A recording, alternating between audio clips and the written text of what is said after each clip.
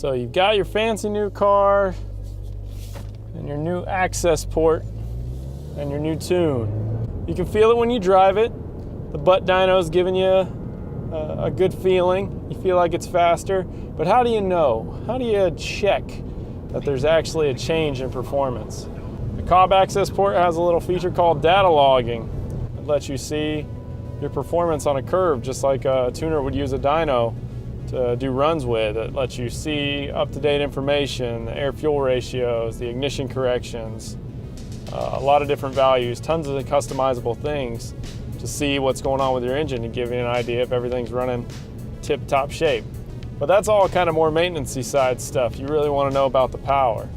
And that's what we're going to do today, give a little walkthrough on capturing a data log and turning that into information that can be used in Virtual Dyno to see what roughly kind of power you're putting down. Now, it's not going to be accurate. It's not, oh yeah, Virtual Dyno said I had this much, so that's how much power my car has. Done, I have this. You would go to a real dyno for that, and even with those numbers, it depends on the dyno, the conversion factors they use, a lot of different things. So it's hard to know for sure what your power is to the wheels, but the good thing is you can use this as baselines. So what I'm going to do today is I'll do an E30 run and I'll also do a 93 tune run, and you can see the difference between those in Virtual Dyno. There's two ways to really do it: third gear, fourth gear. Third gear is safer because your top end speed never really gets that high. Fourth gear is more accurate, but you have to have a place where you can wind out fourth gear. So what you end up doing is taking the car from 2,500 RPMs around there in fourth gear or third gear and putting it to the floor and letting it wind out all the way to red line, then let go. And before you do that, you hit the little button, and the Accessports let you know that it's capturing the information. And then you do the red line, and once it's done, you let off the gas, slow down, hit the button again, and that one's saved. It's kind of like a little snapshot. You do that a few times so you can get a good average across all the ones you load in there and see, because depending on bumps in the road, uneven pulls, like maybe you jerk the steering wheel, different things like that, those are going to mess up the actual numbers, and you'll look for that in the Virtual Dyno for spikes that don't seem like they were part of the normal run, and you'll want to discard those. So we're going to do a little bit of a run here. So the good thing is you don't need to do this fast. In fact, it goes kind of slow with it. I'll do a third gear run first, just because I'm going this way. It's better going the other way. I'm going to hit the data log button. Wait till it says logging. Now it's logging. I'm at 2,500 RPMs. Now I'll put it to the floor.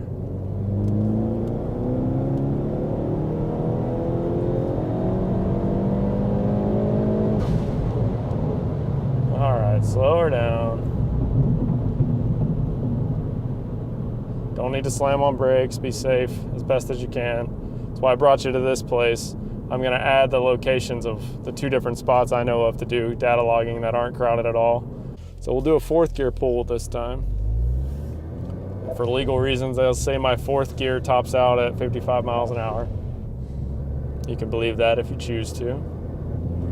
So we're going to put it in fourth, right at 2,500, hit my data log, takes a second, it says logging, and we're good to go. You just kind of hold onto the wheel, keep your eyes out for anything, animals, whatever, jumping out in front of you, and let it fly.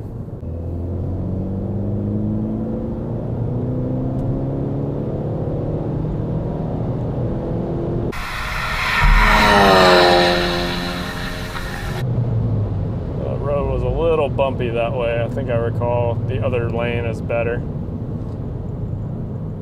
On a road this isolated, you might even take the center of the road, as long as you stay kind of safe. Keep your eyes peeled. The Accessport has a lot of features. It can give you 0 to 60, quarter-mile times. Take it for what it is. It's probably not the most accurate, but it's something. It gives you an idea. As long as you get that baseline, do a couple mods, come back, same place, check the times, and see where you're at. I would recommend going to an actual drag strip not even just for the safety factor, but roads, or you're gonna be more disappointed usually in your time with these things than what you would probably at a real drag strip. But for power, there's really nothing better other than an actual dyno and working with a tuner, so you can get the baseline. So after you got a few runs, you're gonna head back home, get the computer out, and I'll show you what to do next. So first thing, when you get back to your computer, you're gonna need to download these two programs. You type those in, Accessport Manager, Virtual Dyno, and find them online, download them.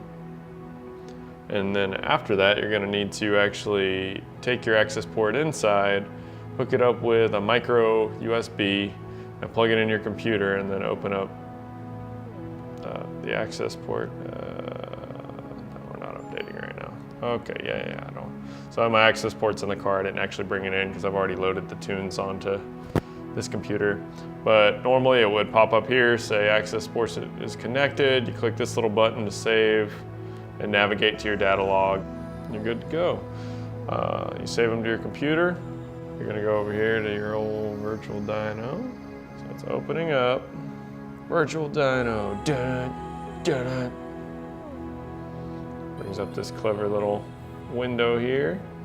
And this is a free program, so if you're feeling generous, oops, use this mouse, you can donate to them. There are a few steps you're gonna need to do to make your Accessport capture the right data to work with this program.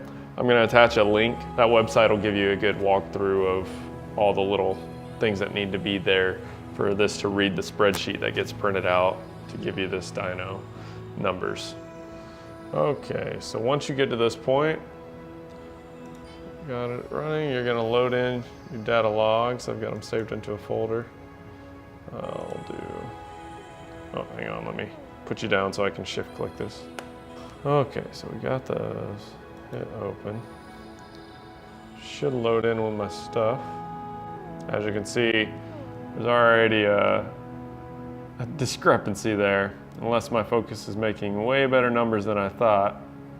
Those are looking a tad bit high. So what we go over, that's a pretty clear sign that it's in the wrong gear. And just to manage expectations, I'll say the weight was more like 250. I actually think it was probably more than that, but we'll put it in there, 250. So there we go.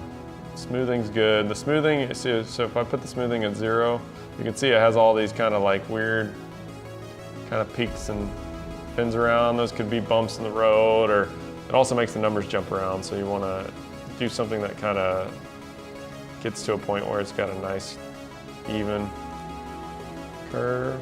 So we'll do that.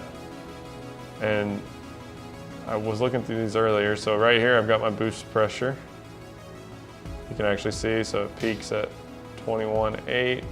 Keeps going, and that's on both of these data logs, blue and red. And here's my air fuel at full throttle is around 12, and I have a very conservative tune. It never really goes above 12. So I actually have quite a bit of room for a tuner to push it, because 13 is the really big danger zone, but mid 12s is doing okay from what I understand. Like, that's, somebody might say differently, but as of right now, I've got a really safe tune going by these numbers, and it's pretty consistent across both of these runs. I'm pretty sure both of these were 90 or E30 runs, ethanol. So yeah, right here is a probably like a 93 early tune before some of my aftermarket parts. But you can see the pretty large difference here, so I'll hide one of these. Let's see, we'll hide.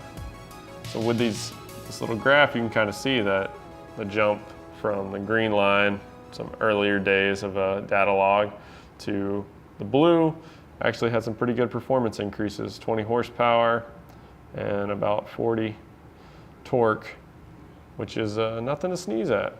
So made good strides. Going by these air fuel ratios again, I've got plenty that could see, like, oh, that one's, yeah, see, it just kind of stayed at 12, then 11.5, stayed low, so there's definitely actually more room. And it's been a while since I've actually done this, so I was a little rusty on figuring out how to make the numbers all show up exactly the way I want. But it's a pretty straightforward program. You just got to download it and have fun with it. And it gets pretty addictive to actually do mods and see increases in the comfort of your own home. You don't need to go to a dyno or pay anybody. You just, as long as you got that access port, you can look at what's going on with your car, even from not even from performance, more of a diagnostic standpoint. If you're like, oh, maybe I got a boost leak or different things, you can use this and see if the numbers are staying consistent. You're too close, man. So that's where I'm gonna end the video. If you have any questions, put them in the comments. I'll try and help you out. But definitely check out in the description the link to the Stratified site. Has lots of information. Definitely answer probably any questions you might have a lot better than I could. But hope you enjoyed the video and tune in next time. Thanks.